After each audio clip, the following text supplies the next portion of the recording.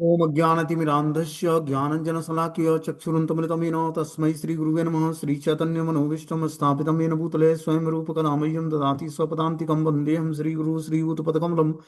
श्रीगुरून् वैष्णवाचं श्रीरूपं साग्रजातं सगण रघुनाथान्वितं तं सजीवं साद्वैतं सावधूतं परिजनसहितं कृष्णचैतन्यदेवं श्रीराधाकृष्णपादान् सगणललिता श्रीविशाखान्वितांश्च नारायणं नमस्कृत्यं नरं चैव नरोत्तमं देवीं सरस्वतीं व्यासं ततो जयमुदीरये सुन्वतां स्वकथा कृष्ण पुण्यश्रवणकीर्तनं हृदयन्तस्तु यभद्राणि विधनोति सुरसतां नष्टप्रायेषु भद्रेषु नित्यं भागवतस्य सेवया भगवती उत्तम श्लोके भक्तिर्भवति नश्चिकी तदा रजस्तमो भावः कामलोभादयश्चेत् चेत एतेन रावृद्धिं स्थितसुते प्रसिद्धति एवं प्रसन्नमनसो भगवद्भक्ति योगतः भगवतत्त्वविज्ञानः मुक्तसङ्गस्य जायते विद्यन्ते हृदय ग्रन्थि छिद्यन्ते सर्वसंशयं क्षीयन्ते चास्य कर्माणि दृष्ट्वा एवात्मनीश्वरे धर्मप्रोजितो कैटभको अनत्रो परमो निर्मस्राणं स्तां विद्यं वास्त्रमतवस्तु सुदं तापत्रय उन्मूलनं श्रीमद्भागवतं प्रमाणमलं प्रेमोपमार्थो महान् श्रीचैतन्य महाप्रभु मतमिदं तत्रादरो नापर हे कृष्ण करुणा सिंधु दीनबंधु जगत्पतये गोपेश गोपिका कांत राधा कांत नमस्तुते तप्त कांचन गौरांगे श्री राधे वृंदावनेश्वरी वृषभानुसुते देवी प्रणमामि हरिप्रिये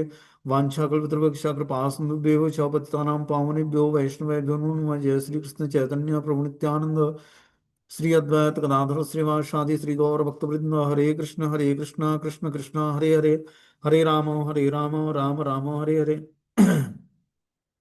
तो इसमें आज हम लोग को श्रीमद् भागवतम का स्कंद संख्या एक अध्याय संख्या 13 धृतराष्ट्र द्वारा गृह त्याग, ये टाइटल है। इस श्लोक संख्या एक नंबर पढ़ना। बोलते हैं सूता उवाच विदुरस्य तीर्थयात्रायां मैत्रेया दात्मनो गतिम ज्ञात्वा गा हस्तिनापुरम त्वया वाप्य विविसितम। श्री सूत गोस्वामी ने कहा कि तीर्थ यात्रा करते हुए विदुर ने महर्षि मैत्रेय से आत्मा की गति का ज्ञान प्राप्त किया और फिर वे हस्तिनापुर लौट आए। वे अपेक्षानुसार इस विषय में पारंगत हो गए। तो हम लोग देखते हैं कि जो विदुर महाराज जो थे वो धृतराष्ट्र के भाई थे, दासी पुत्र थे ये, और जो है दुर्योधन के द्वारा प्रताड़ित होकर ये राज्य से निकाले गए थे। मतलब ये दुर्योधन ने क्या किया था, इनको बहुत ही बेइज्जती किया था, इस कारण से ये तीर्थ यात्रा पर चले गए थे। तीर्थ यात्रा करते करते इनकी मुलाकात जो है महर्षि मैत्रेय से होती है और मैत्रेय मुनि ने इनको आत्मा का ज्ञान प्रदान किया। और ये फिर जो है तीर्थ यात्रा का भ्रमण करते करते अंत में जो है फिर से हस्तिनापुर लौट आते हैं। इनको पता लगता है कि सारे कौरव मारे गए हैं और पांडवों की विजय हुई और युधिष्ठिर महाराज राजा बन गए हैं। तो विदुर महाराज को जब ये पता होता है कि सारे कौरव मारे गए हैं, बस कौरव पक्ष में बस धृतराष्ट्र और गांधारी बचे हैं, तो विदुर महाराज ने सोचा कि मैं अपने भाई का उद्धार कैसे करूंगा। इसलिए उन्होंने, विदुर महाराज ने ज्ञान प्रदान किया किसको? धृतराष्ट्र को। ये ज्ञान उन्होंने मैत्रेय मुनि से सीखा था, कि आत्मा की गति का ज्ञान प्राप्त किया था मैत्रेय मुनि से, और इस विषय में वो पारंगत हो गए थे। बता रहे कि विदुर महाराज की स्टोरी क्या है कि महाभारत के इतिहास में ये प्रसिद्ध व्यक्तियों में से एक हैं। महाराजा पांडु की माता अंबिका की दासी के गर्भ से ये व्यास देव के द्वारा उत्पन्न हुए थे। कि जो पांडु की माता थी, पांडु और धृतराष्ट्र की अंबिका, उनकी एक दासी थी, उनके गर्भ से व्यास देव द्वारा ही उत्पन्न किए गए थे विदुर महाराज। ये यमराज के अवतार हैं। मंडूक मुनि से श्रापग्रस्त होने के कारण इन्हें शूद्र होना पड़ा।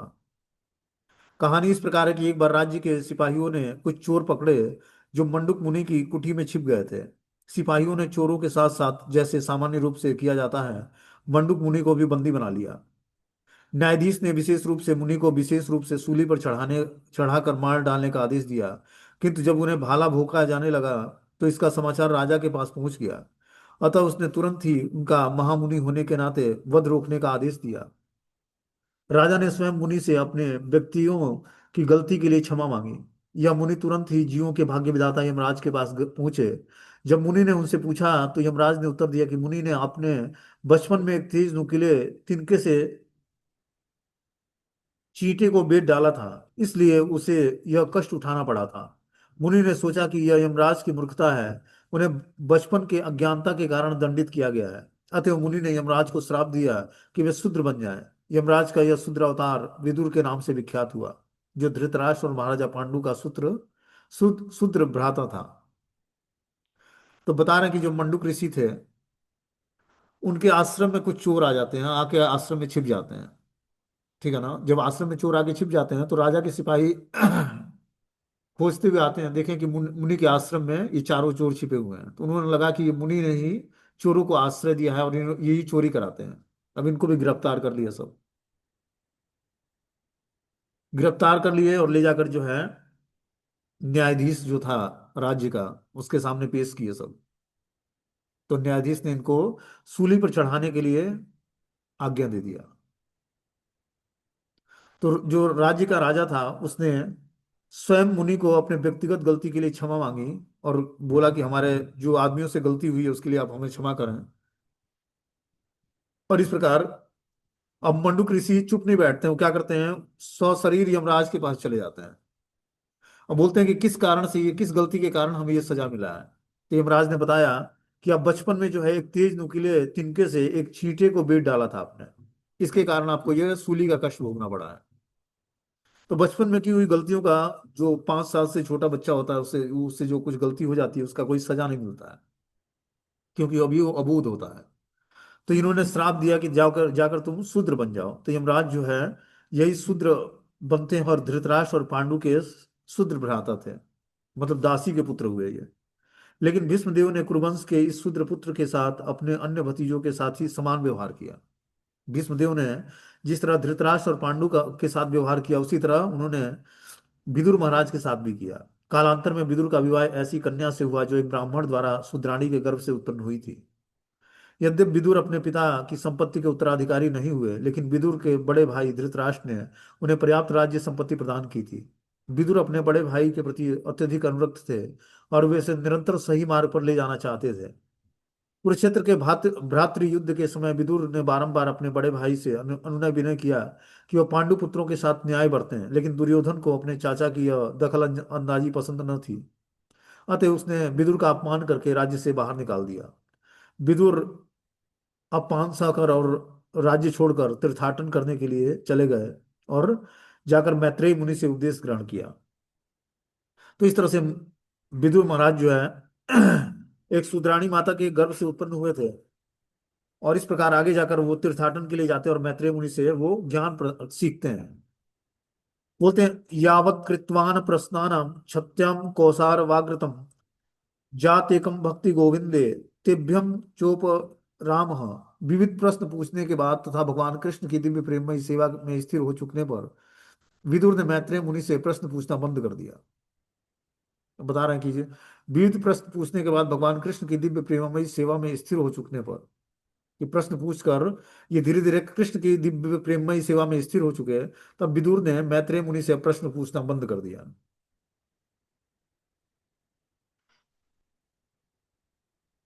बोले विदुर ने मैत्रेय मुनि से तब तक प्रश्न पूछना प्रश्न पूछना बंद किया जब मैत्रेय ऋषि ने उन्हें आश्वस्त किया कि जीवन का आश्रय तत्व तो अंततः भगवान श्री कृष्ण की दिव्य प्रेममयी सेवा में सुस्थापित होना है, जो गोविंद है, अर्थात जो अपने भक्तों को सभी प्रकार से संतुष्ट करते हैं।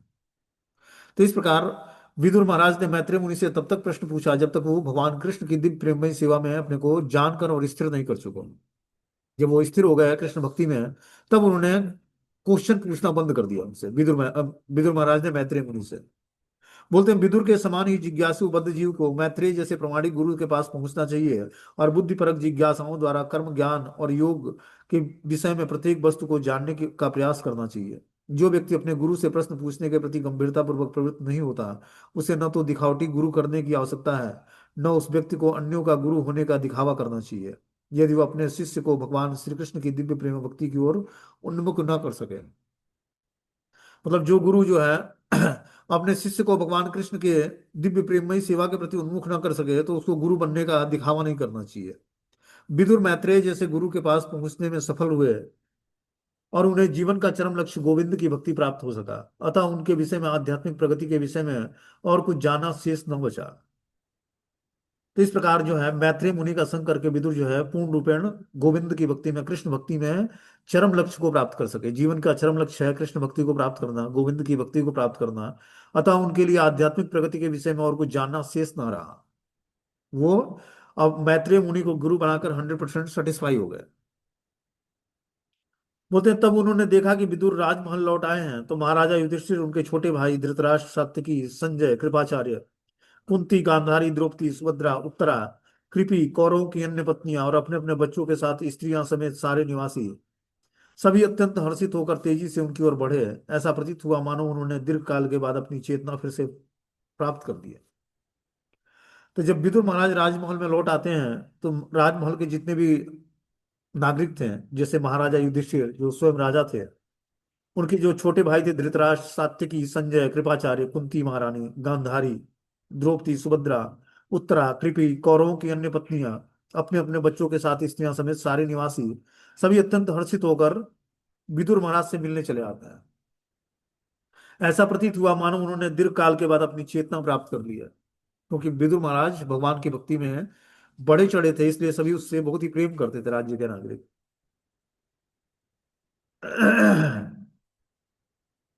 वे सब परम प्रसन्नता पूर्वक उनके निकट गए, मानो उनके शरीर में फिर से प्राण का संचार हुआ हो। उन्होंने एक दूसरे को प्रणाम किया और गले मिलते हुए एक दूसरे का स्वागत किया। चिंता तथा लंबे वियोग के कारण वे सब प्रेम विवश होकर रुदन करने लगे। तब राजा युधिष्ठिर ने उनके बैठने के लिए आसन की व्यवस्था की और उनका सत्कार किया। तो सभी लोग जो है लंबे समय तक वियोग के कारण वे सब प्रेम विवश होकर विदुर महाराज को देखकर रुदन करने रोने लगे। तब राजा युधिष्ठिर ने क्या किया, आसन और उन लोगों की बैठने की और सत्कार की व्यवस्था शुरू कर दी। तब विदुर महाराज ठीक से भोजन कर चुके और पर्याप्त विश्राम कर लेने पर उन्हें सुखदायक आसन पर बिठाया गया। तब राजा ने उनसे बोलना शुरू किया और वहां पर उपस्थित सारे लोग सुनने लगे। तो विदुर महाराज को पर्याप्त भोजन कराया गया और विश्राम जब वो कर लिए, तो सुखदायक आसन पर बैठाया गया उनको, और बैठाकर राजा ने उनसे बोलना शुरू किया। और वहां पर सभी उपस्थित लोग जो है सुन रहे थे कि क्या युधिष्ठिर महाराज और के बीच में क्या बातें हो रही हैं।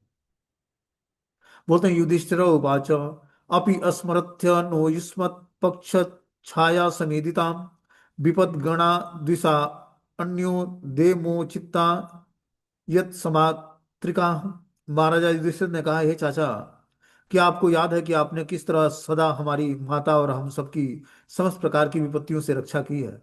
आपके पक्षपात ने पक्षियों के पंखों के समान हमें विषपान और अग्निदाह से बचाया है।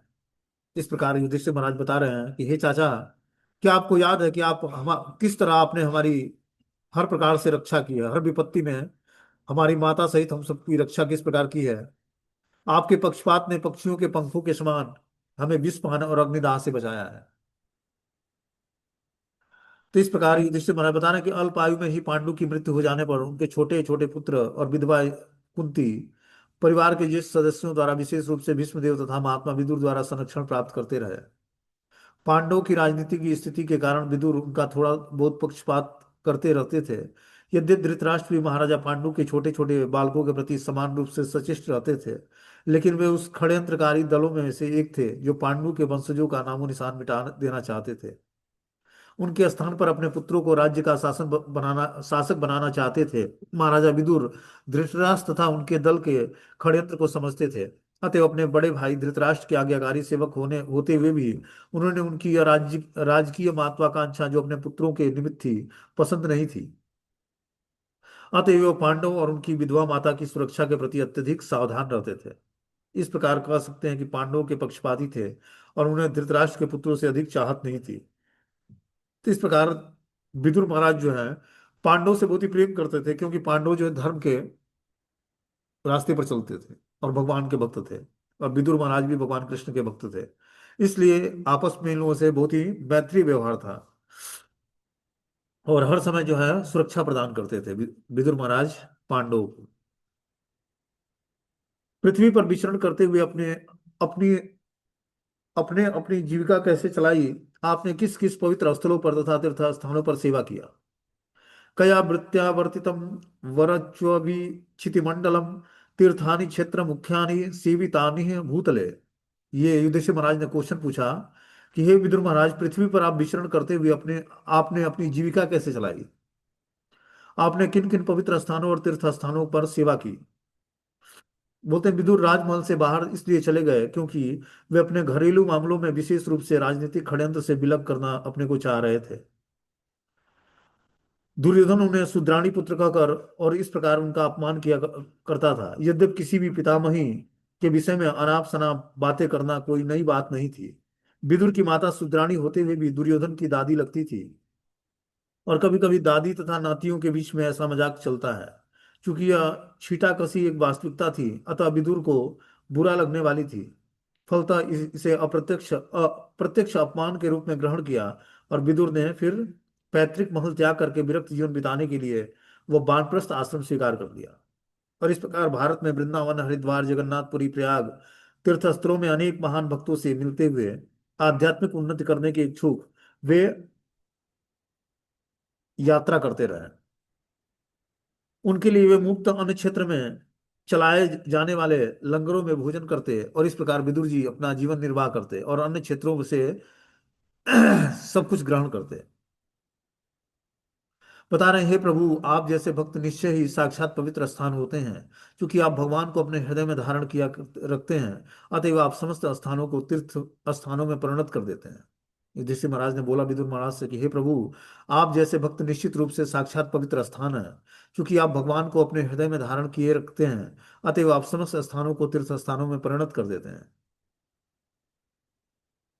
बोलते हैं भगवान अपनी विभिन्न शक्तियों के कारण सर्वव्यापी हैं। जिस प्रकार बिजली सर्वत्र फैली हुई रहती है, भगवान की सर्वव्यापकता का अनुभव तथा उनका प्राकट्य उसी प्रकार विदुर जैसे अनन्य भक्तों द्वारा किया जाता है। जिस प्रकार बिजली के बल्ब में बिजली प्रकट होती है, विदुर जैसा शुद्ध भक्त भी भगवान की उपस्थिति को सर्वत्र अनुभव करता है। वह प्रत्येक वस्तु को भगवान की शक्ति में देखता है, और भगवान को प्रत्येक वस्तु में। पृथ्वी पर जितने भी पवित्र स्थान हैं, वे भगवान के अनन्य भक्तों की उपस्थिति से परिपूर्ण वातावरण द्वारा मनुष्य की दूसरी चेतना को शुद्ध बनाने के निमित्त हैं। यदि कोई इन पवित्र स्थानों में जाता है, तो उसे चाहिए कि वहां रहने वाले शुद्ध भक्तों को खोजे, उनसे शिक्षा ग्रहण करे, उस शिक्षा को व्यवहारिक जीवन में उतारे, और इस तरह धीरे धीरे अपने आप को मोक्ष के लिए या भगवत धाम वापस जाने के लिए तैयार करे। तो बता रहे हैं कि भगवान अपनी विभिन्न शक्तियों के कारण सर्वव्यापी हैं। जिस प्रकार बिजली सर्वत्र फैली हुई रहती है, भगवान की सर्वव्यापकता का अनुभव या उनका प्राकट्य उसी प्रकार विदुर जैसे अनन्य भक्तों द्वारा किया जाता है। जिस प्रकार बिजली के बल्ब से बिजली प्रकट होती है, विदुर जैसा शुद्ध भक्त भगवान की उपस्थिति को सर्वत्र अनुभव करते थे, क्योंकि वो भगवान के शुद्ध भक्त थे। वो प्रत्येक वस्तु को भगवान की शक्ति में देखते हैं, और भगवान को प्रत्येक वस्तु में। पृथ्वी पर जितने भी पवित्र स्थान है, वे भगवान की अनन्य भक्तों की उपस्थिति से परिपूर्ण वातावरण द्वारा मनुष्य की दूसरी चेतना को शुद्ध बनाने के निमित्त होता है। कि जितने भी भगवान के अनन्य भक्त की उपस्थिति से जो वातावरण होता है, वो मनुष्य की दूसरी चेतना को शुद्ध बनाने के निमित्त होता है। जहाँ पर भगवान के शुद्ध भक्त होते हैं और अनन्य भक्ति होती है और अनन्य भक्त होते हैं, वहां पर उपस्थित जो वातावरण होता है वो साधारण मनुष्य की दूसरी चेतना को शुद्ध कर देता है। यदि कोई इन पवित्र स्थानों में जाता है, तो उसे चाहिए कि वहां रहने वाले शुद्ध भक्तों को खोजे और उनसे शिक्षा ग्रहण करे, और उस शिक्षा को व्यवहारिक जीवन में उतारने का प्रयास करे। फिर जाकर वो धीरे धीरे मोक्ष प्राप्त करके भगवत धाम के रास्ते पर आगे बढ़ पाएगा। आगे बता रहे हैं कि युधिष्ठिर महाराज ने पूछा कि हे चाचा, आप द्वारका भी गए होंगे। उस पवित्र स्थान में यदुवंशी हमारे मित्र और शुभचिंतक हैं, जो नित्य ही भगवान श्री कृष्ण की सेवा में तत्पर रहते हैं। आप उनसे मिले होंगे तथा उनके विषय में सुना होगा। वे अपने अपने घरों में सुखपूर्वक रह रहे हैं ना। इस प्रकार युधिष्ठिर महाराज ने अपने चाचा विदुर महाराज से क्वेश्चन पूछा कि आप जब पवित्र स्थानों का भ्रमण कर रहे थे, तो आप द्वारका में भी गए होंगे। तो क्या वहां पर द्वारका में यदुवंशी जो भगवान के परिवार के सदस्य हैं और हम लोगों के मित्र हैं, शुभचिंतक हैं, क्या वो सुखपूर्वक हैं वहां पे? महाराजा युधिष्ठिर द्वारा इस तरह से पूछे जाने पर महात्मा विदुर ने क्रमशः सब कुछ कह सुनाया, जिसका उन्होंने स्वयं अनुभव किया था। केवल यदुवंश के विनाश की बात उन्होंने नहीं कही। तो इस प्रकार विदुर महाराज ने युधिष्ठिर महाराज ने जितने भी क्वेश्चन पूछे विदुर महाराज से, सबका एक एक करके उन्होंने अपने अनुभव के अनुसार उत्तर दिया, और यदुवंश का विनाश हो चुका है इसकी बातें उन्होंने नहीं बताया। दयावान महात्मा विदुर पांडवों को कभी भी दुख नहीं दे सकते थे, अतः उन्होंने इस अप्रिय तथा असह्य घटना को प्रकट नहीं होने दिया, क्योंकि आपदा तो अपने आप आती है। तो यदुवंश के विनाश की जो अप्रिय घटना थी, उन्होंने युधिष्ठिर महाराज के सामने उद्घाटित नहीं किया। बोलते हैं इस प्रकार अपने कुटुंबियों द्वारा देवतुल्य सम्मानित होकर महात्मा विदुर कुछ काल तक अपने बड़े भाई की मनोदशा को ठीक करने के लिए तथा इस प्रकार अन्य सबों को सुख देने के लिए वहां पर रहते रहे। तो तीर्थाटन करके, मतलब तीर्थों का भ्रमण करते करते जब हस्तिनापुर में आते हैं, तो उनका एक मात्र एक ही कार्य होता है, विदुर जी का, कि अपने भाई की मनोदशा को ठीक करना। जो धृतराष्ट्र था, अब वो अकेला हो गया था। 100 पुत्रों का पिता था, और 100 पुत्र युद्ध में मारे जा चुके थे। तो इस प्रकार अपने द्वारा जब उन्होंने सम्मान प्राप्त किया, महात्मा विदुर ने, तो कुछ काल तक वो बड़े बड़े भाई की मनोदशा को ठीक करने के लिए, अन्य सबों को सुख प्रदान करने के लिए वहां पर रुक गए हस्तिनापुर में।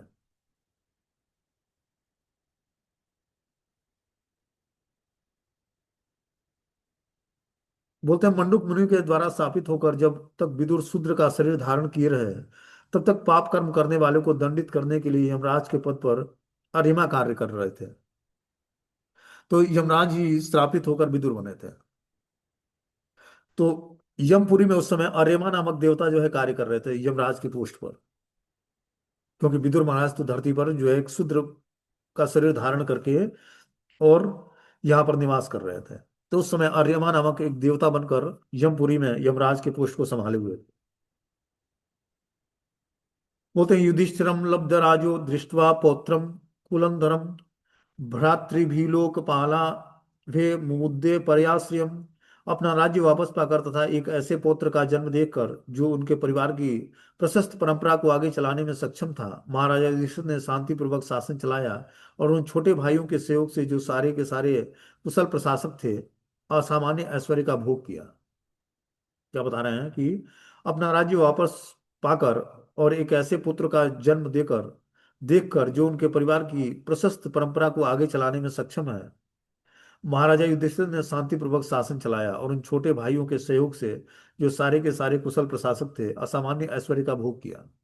तो इस तरह से महाराजा युधिष्ठिर ने क्या किया, हस्तिनापुर के राज्य को बहुत ही शांतिपूर्वक उस पर शासन किया, अपने छोटे भाइयों के सहयोग से जो कि एक कुशल प्रशासक थे, और समस्त ऐश्वर्यों का भोग किया।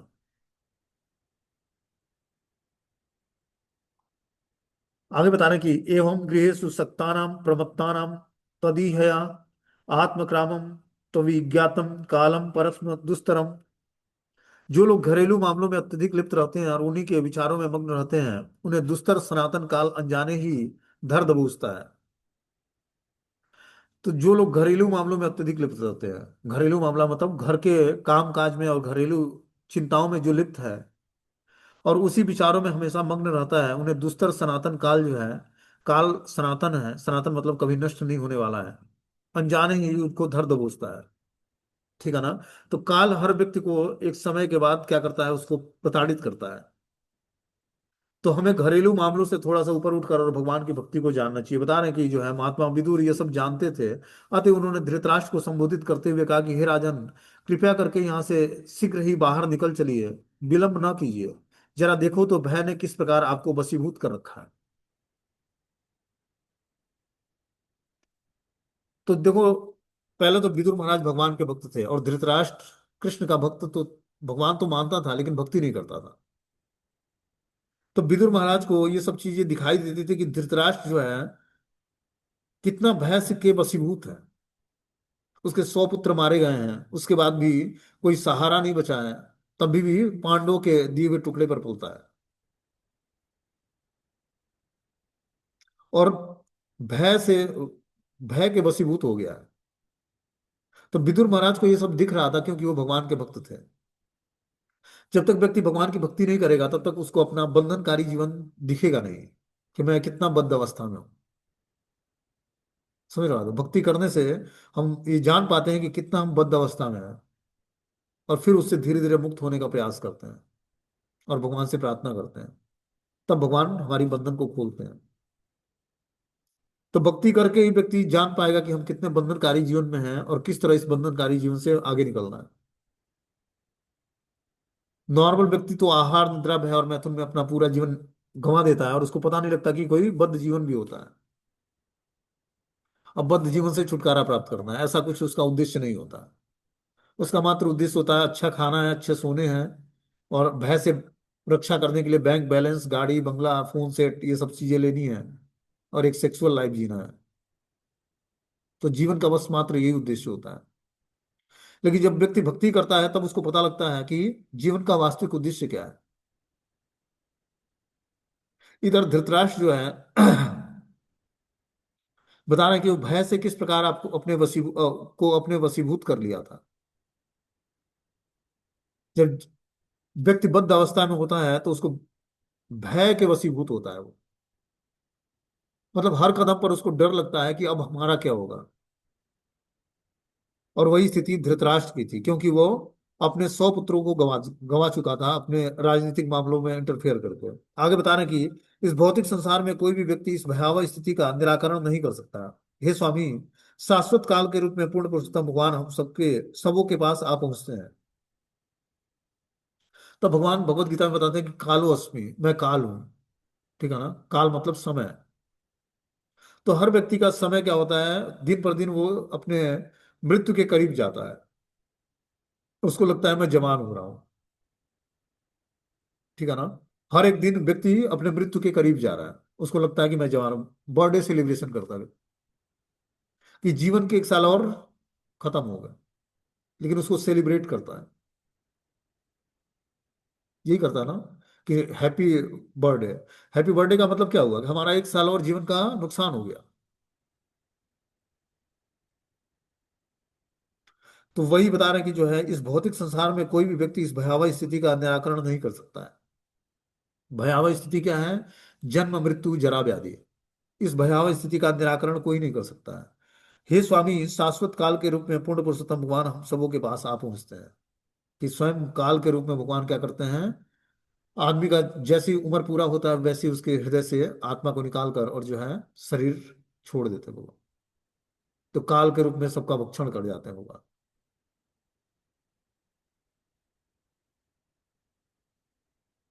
तो भी सर्वोपरि काल के प्रभाव से है उसे अपना सबसे प्रिय जीवन काल को अर्पित करना पड़ता है। अन्य वस्तुएं यथा धन सम्मान संतान भूमि और घर का तो कुछ कहना ही नहीं है। तो बता रहे हैं कि जो भी सर्वोपरि काल है, शाश्वत समय है के प्रभाव में है, उसे अपना सबसे प्रिय जीवन काल को अर्पित करना पड़ता है। धीरे धीरे जीवन जो है हमें समर्पित करना पड़ेगा, किसको? काल को, समय को। एक समय ऐसा आएगा जब व्यक्ति को इस धराधाम को छोड़कर जाना पड़ेगा।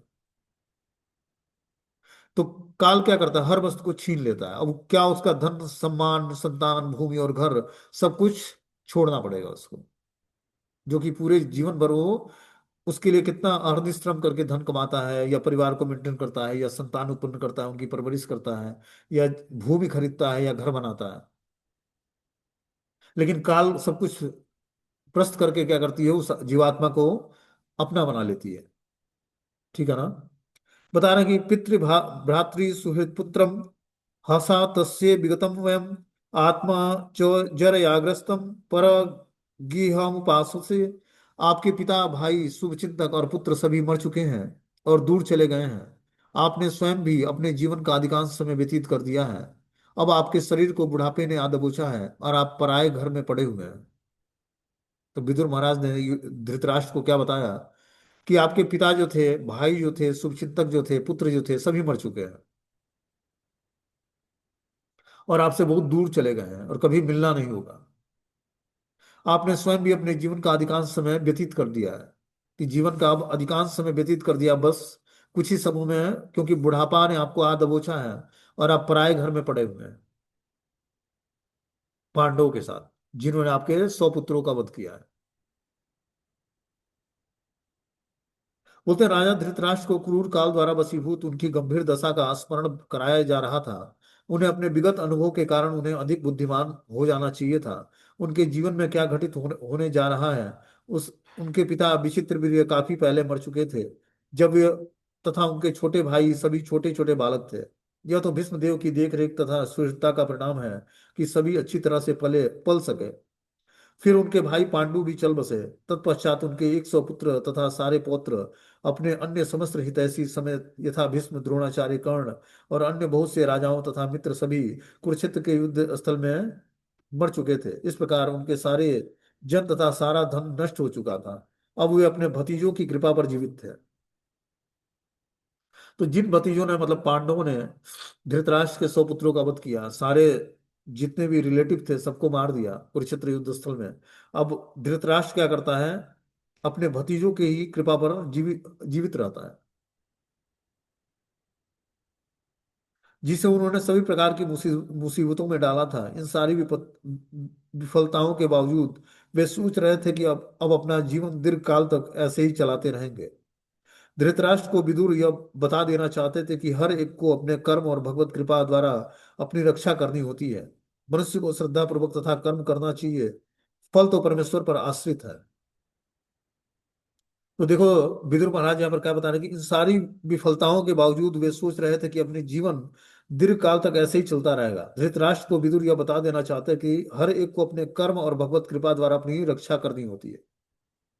हर व्यक्ति को अपने कर्म और भगवत कृपा द्वारा ही अपनी रक्षा करनी होती है। मतलब कर्म बंद नहीं करना है और भगवत कृपा पर आश्रित रहना है, तभी जाकर हमारा जो है बता रहे हैं कि तभी हम परमेश्वर पर आश्रित हो पाएंगे धीरे धीरे। मनुष्य को श्रद्धा पूर्वक अपने कर्म करना चाहिए और फल तो परमेश्वर पर आश्रित। तो कर्म करना हर व्यक्ति का धर्म है। अब कर्म भी कैसा करना है कि कृष्ण भावना भावित कर्म करना है, जो कि भगवान की प्रसन्नता के लिए कर्म हो, न कि किसी अभक्त के लिए प्रसन्नता के लिए कर्म करना है। कर्म भी ऐसा हमारा होना चाहिए जो भगवान और गुरु को प्रसन्न करे, तब हमारा जीवन सार्थक होगा। कृष्ण की कृपा ऐसे ही प्राप्त नहीं होती है। कृष्ण की कृपा प्राप्त करने के लिए हमें गुरु को प्रसन्न करना पड़ेगा। जब तक हम आध्यात्मिक गुरु स्वीकार करके उनके द्वारा बताए हुए रास्ते पर नहीं चलेंगे और उनको प्रसन्न करने का प्रयास नहीं करेंगे, तब तक कृष्ण की कृपा नहीं होगी। इसीलिए जीवन का उद्देश्य बनाना चाहिए कि हमें कृष्ण भक्ति करनी है और गुरु और वैष्णव और भगवान को प्रसन्न करना है, तब जाकर हमारा जीवन सार्थक होगा। आगे बताना कि आप जन्म से ही अंधे रहे हैं और हाल ही में आप कुछ बहरे हो चुके हैं। आपकी स्मृति कम हो गई है और आपकी बुद्धि विचलित हो गई है। आपके दांत हिल चुके हैं और आपका यकृत खराब हो चुका है। आपके कफ निकल रहे हैं। इस तरह से धृतराष्ट्र अब अंतिम पोजीशन में है। क्या बोलते हैं कि आप जन्म से ही अंधे रहे हैं और हाल ही में आप बहरे भी हो चुके हैं। आपकी स्मृति भी कम हो गई है, मतलब स्मृति मतलब जो रिमेम्बरिंग पावर है, याद करने की शक्ति, यादाश्त, वो भी कम हो गई है। आपकी बुद्धि भी विचलित हो गई है। आपके दांत हिल चुके हैं और आपका यकृत जो है खराब हो चुका है और आपके कफ निकल रहे हैं। बोलते हैं वृद्धावस्था के सारे लक्षण धृतराष्ट्र में पहले से प्रकट हो चुके थे। उन सबों को एक एक करके बतलाकर उन्हें आगाह किया जा रहा था कि उनकी मृत्यु अत्यंत निकट है। तो भी वे भविष्य के प्रति मूर्ख की तरह लापरवाह थे। धृतराष्ट्र के शरीर में इंगित किए गए सारे लक्षण अब क्षय के थे, अर्थात मृत्यु के अंतिम आघात के पूर्व शरीर के क्षय होने के लक्षण थे। कि अब बस धृतराष्ट्र अंतिम पोजीशन पर था, इसके बाद उसकी मृत्यु निश्चित है। यह शरीर उत्पन्न होता है, बढ़ता है, बना रहता है, दूसरे शरीर को जन्म देता है, इसका क्षय होता है और अंत में वो विनष्ट हो जाता है। किंतु मूर्ख लोग नश्वर शरीर के साथ अस्थायी समझौता करना चाहते हैं और सोचते हैं कि उनकी जायदाद, संतानें, समाज, देश इत्यादि उनके संरक्षण प्रदान करेगी। तो इस प्रकार विदुर महाराज ने धृतराष्ट्र को बहुत ही समझाने का प्रयास किया कि आप जन्म से तो अंधे हैं, हाल ही में आप बहरे भी हो चुके हैं और आपकी स्मृति कम हो गई है। आपकी बुद्धि भी विचलित है। आपके दांत हिल चुके हैं, यकृत खराब हो चुकी है और आपके कफ निकल रहे हैं। वो प्राणी में जीवित रहने की कितनी प्रबल इच्छा होती है कि निश्चय ही आप एक घरेलू कुत्ते की बात रह रहे हैं और भीम द्वारा दिए गए जूठन को खा रहे हैं। इतना कठोर शब्द बोला विदुर महाराज ने धृतराष्ट्र के नेत्र खोलने के लिए। एक तो होता है व्यक्ति अंधा आंख से, और एक होता है कि मुंह में अंधा होना। तो नेत्र से अंधा होना तो समझ में आता है, लेकिन जो व्यक्ति मुंह में अंधा हो जाता है वो अपने जीवन को नरक बना लेता है, जो कि धृतराष्ट्र ने किया था। बोलते हैं प्राणी में जीवित रहने की कितनी प्रबल इच्छा होती है कि निश्चय ही आप घरेलू कुत्ते की भांति रह रहे हैं और भीम द्वारा दिए गए जूठन को खा रहे हैं।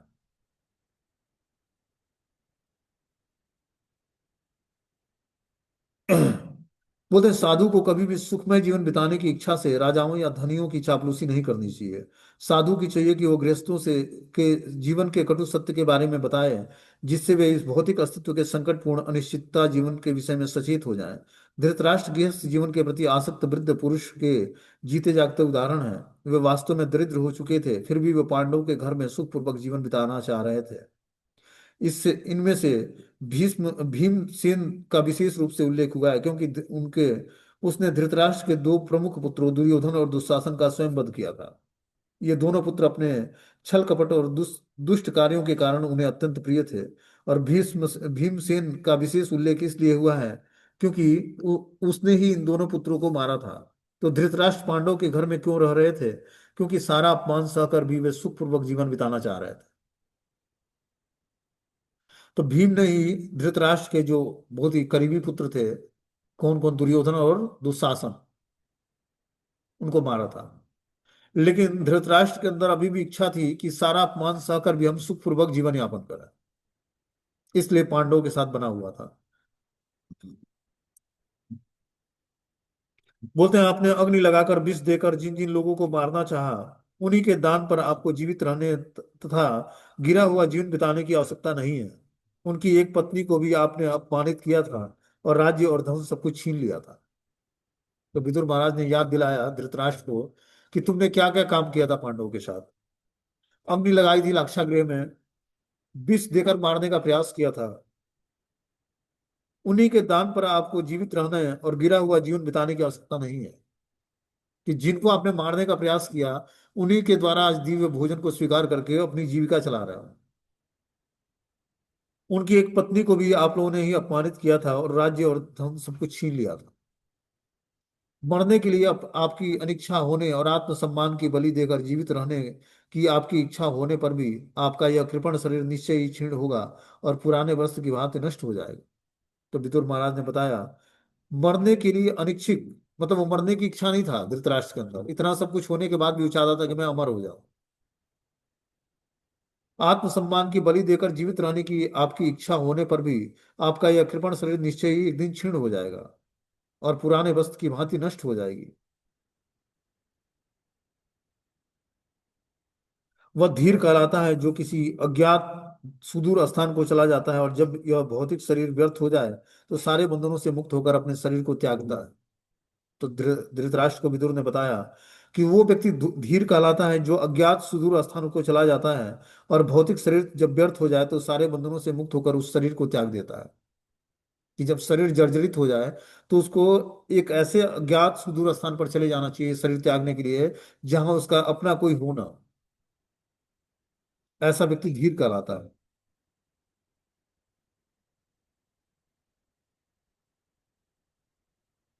अपने आप से या दूसरे को समझने समझाने से जो व्यक्ति जाग जाता है और इस भौतिक जगत की असत्यता और दुखों को समझ लेता है और अपने हृदय के भीतर निवास करने वाले भगवान पर पूर्णतः आश्रित होकर घर त्याग देता है, वो निश्चय ही उत्तम कोटि का मनुष्य माना जाता है। तो इस तरह से विदुर महाराज ने धृतराष्ट्र को ज्ञान प्रदान किया। जीवन के अंत में जब धृतराष्ट्र बूढ़ा हो चला था और मरने की स्थिति में था, बोलते हैं कि दूस अपने आप से या दूसरे के समझाने से जो व्यक्ति जाग जाता है और इस भौतिक जगत की असत्यता और दुखों को समझ लेता है, अपने हृदय के भीतर निवास करने वाले भगवान को पर पूर्णतः आश्रित होकर जब वो घर त्याग देता है तो निश्चित ही उच्चतम कोटि का मनुष्य कहलाता है। कि घर त्यागने से पहले भगवान पर पूर्णतः आश्रित होकर वो घर का त्याग करे और हृदय के भीतर निवास करने वाले भगवान पर पूर्ण रूपेण आश्रित हो जाए, ऐसा व्यक्ति ही उत्तम कोटि का मनुष्य कहलाएगा। ठीक है, आगे अब जो है विदुर महाराज और भी ज्ञान प्रदान करते हैं धृतराष्ट्र को, और धृतराष्ट्र अंत में गृह त्याग देता है।